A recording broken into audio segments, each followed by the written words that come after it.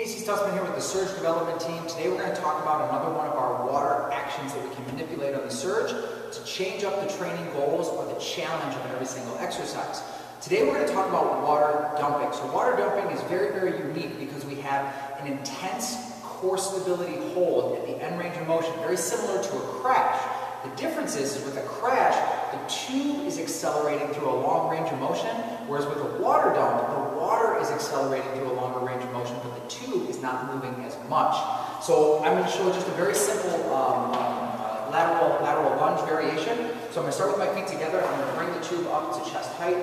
As I go out to the side, and I'm going to dump all the water down to one end. So I'm not moving the tube very much, but as I shift, all that water quickly drops down to the bottom, so there's an intense pull forward, and I have to stabilize around that. But I'm not accelerating the tube a lot, so there's not a lot of action and big range of motion on the joints, especially through the upper body.